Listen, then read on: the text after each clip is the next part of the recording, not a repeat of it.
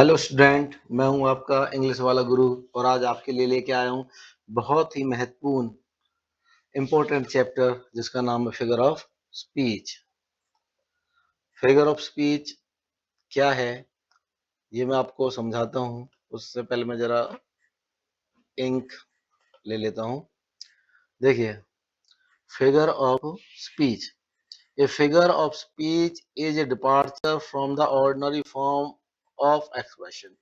यानी डिपार्चर है किससे? साधारण बोलचाल की भाषा से। यहाँ पे साधारण भाषा का प्रयोग ना करके विशेष भाषा का प्रयोग किया जाता है। क्यों किया जाता है? मेक द स्टाइल इफेक्टिव, शैली को प्रभावशाली बनाने के लिए, ब्यूटीफुल सुंदर बनाने के लिए, ऑर्नामेंटल आभूषित या सुशोभित बनाने के लिए। एग्जाम्पल है, she is as lovely as a rose, वह एक गुलाब की तरह प्रिय है। यानी किसी लड़की के बारे में कहा गया है कि वह एक गुलाब की तरह आकर्षक है। तो अब हम समझेंगे फिगर ऑफ स्पीच को। भाषा को सुंदर, प्रभावशाली और आकर्षक बनाने के लिए शब्दों के विशेष प्रयोग को फिगर ऑफ स्पीच कहते हैं। Okay, the following are the main figure of speech in English. English में निम्नलिखित विशेष प्रकार के फिगर ऑफ स्पीच हैं। कौन कौन से हैं? पहला है सिमिली। सिमिली क्या होता है? In a simile, comparison is made between two objects. Comparison क्या है? तुलना की जाती है दो ऑब्जेक्ट्स के बीच ऑफ डिफरेंट काइंड, जो अलग अलग प्रकार के होते हैं। Which have however at least, कम से कम, पॉइंट इन कॉमन, जिनमें कम से कम एक बात या एक पहलू सामान्य होता है। सिमिलरिटी समानता है इज एक्सप्रेस्ड, व्यक्त की जाती है बाय द वर्ड्स, शब्दों का प्रयोग करते हुए। कौन से शब्द? लाइक, सो, एज। यानी इसमें समानता दिखाने के लिए इन शब्दों का प्रयोग किया जाता है। एग्जाम्पल है, Rana Pratap was brave like a lion. तो राणा प्रताप है, उनकी बहादुरी की तुलना उनकी बहादुरी के साथ की गई है। अलग अलग ऑब्जेक्ट्स हैं परंतु एक पॉइंट कॉमन क्या है? ब्रेवरी, बहादुरी। तो ये तुलना इनमें की गई है। नेक्स्ट वन है metaphor. Metaphor is a condensed form of simile. Metaphor क्या है? सिमली का कंडेंस फॉर्म है, इन जिसमें कंपैरिजन, तुलना, बिटवीन टू डिफरेंट ऑब्जेक्ट्स, दो अलग अलग ऑब्जेक्ट की तुलना की जाती है, जिसको दिखाई जाती है without the use of words, बिना इन शब्दों के प्रयोग के। कौन सा शब्द? लाइक, एज और शो, इनका प्रयोग इसमें नहीं किया जाता है। एग्जाम्पल है, camel is the shape of desert. यानी जो ऊंट है वो रेगिस्तान का क्या होता है? जहाज होता है। तो यहाँ पे शिप और कैमल की तुलना की गई है। अब दोनों में डिफरेंस क्या था? सिमिली है, इसमें भी दो डिफरेंट ऑब्जेक्ट की तुलना की जाती है और मेटाफर में भी दो डिफरेंट ऑब्जेक्ट्स की तुलना की जाती है। परंतु सिमिली में लाइक, सो, एज का प्रयोग किया जाता है और यहाँ पे लाइक, सो, एज का प्रयोग नहीं किया जाता है। दोनों में तुलना की जाती है दो डिफरेंट ऑब्जेक्ट्स के बीच जिनमें कम से कम एक बात सामान्य होती है। ओके, अब हम आगे चलते हैं और अपना नेक्स्ट देखते हैं कौन सा हमारा फिगर ऑफ स्पीच है। पर्सोनिफिकेशन।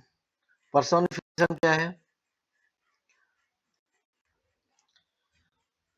यहाँ पे पर्सोनिफिकेशन में निजी वस्तुओं या जानवरों को इंसान जैसे गुण देना।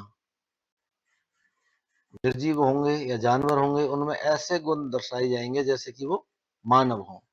इनएनिमेट ऑब्जेक्ट्स, निर्जीव वस्तुएं। एफेक्ट, इमोशंस आर स्पोकन, ऐसे बोले जाते हैं, दर्शाए जाते हैं। एज, जैसे कि हैविंग, लाइक, उनमें जीवन हो। एंड इंटेलिजेंस, जिनमें क्या हो? बुद्धि हो। एग्जाम्पल है, death lays his icy hand on the kings. यानी जो मृत्यु है उसने राजा के ऊपर अपने आइसी हैंड डाल दिए, यानी राजा को भी बर्फ जैसा ठंडा कर दिया। तो ये हमारा पर्सोनिफिकेशन है। और भी हम जैसे एग्जांपल ले सकते हैं, हवा बोलती है, सूरज मुस्कुराता है, पेड़ नाचते हैं। अब जिसमें एग्जांपल है, हवा बोलती है, हवा बोल नहीं सकती है लेकिन उसे इंसान की तरह बोलते हुए दिखाया गया है।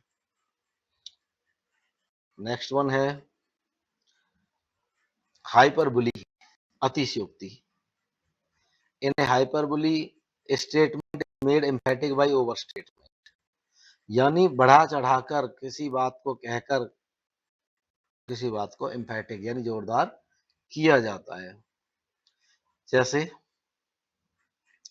फ्लड्स ऑफ टीयर्स, आंसुओं की फ्लोड बही हर चीज उसके गालों के ऊपर से। तो जो आंसू होते हैं उन्हें इतना बढ़ा चढ़ाकर बोला गया है कि वो बाढ़ का रूप ले गए हैं। तो अन्य एग्जांपल हो सकता है, I have told U a million times, मैंने तुम्हें लाखों बार बताया है। वास्तव में लाखों बार नहीं बताया है, परंतु बात पर जोर देने के लिए ऐसा कहा गया है। नेक्स्ट वन इज, जो अगला है हमारा, आनोमैटोपिया। इसमें क्या है, ऐसे सब जो किसी वास्तविक आवाज की नकल करते हैं उन्हें आनोमैटोपिया कहते हैं। The sound of word is made, उस शब्द से संबंधित आवाज पैदा की जाती है टू सजेस्ट मीनिंग और सेंस, ताकि उसका अर्थ और सेंस भाव समझ में आ जाए। एग्जांपल है, स्नेक आर हिसिंग, सांप अपनी हिसिंग की जो आवाज होती है वो कर रहे हैं। बीज आर बजिंग, और मधुमक्खियां हैं वो उनकी आवाज भिन्न बनाने की है वो कर रहे हैं, वो निकाल रहे हैं। तो इसमें क्या है, इस अलंकार में शब्द को समझाने के लिए उस जैसी ध्वनि का प्रयोग किया जाता है। जैसे अन्य एग्जाम्पल होगा, द बीज बज्ड, मधुमक्खियां भिन्न बनाई, मधुमक्खियों की आवाज की नकल यानी करता है, यानी जो बज है मधुमक्खियों की आवाज की नकल करता है। तो यहाँ पर समझाने के लिए उसे संबंधित ध्वनि का प्रयोग किया गया है। आशा करता हूँ यह वीडियो आपकी समझ में आया होगा। इसको आप एक दो बार रिपीट करेंगे तो अच्छी तरह समझ में आ जाएगा। और मैं आपको विश्वास दिलाता हूँ कि पूरा फिगर ऑफ स्पीच का चैप्टर अपनी छोटी छोटी वीडियो के माध्यम से आपको अच्छी तरह समझा दूंगा। आज के लिए इतना ही, अगली वीडियो के लिए फिर मिलते हैं। धन्यवाद।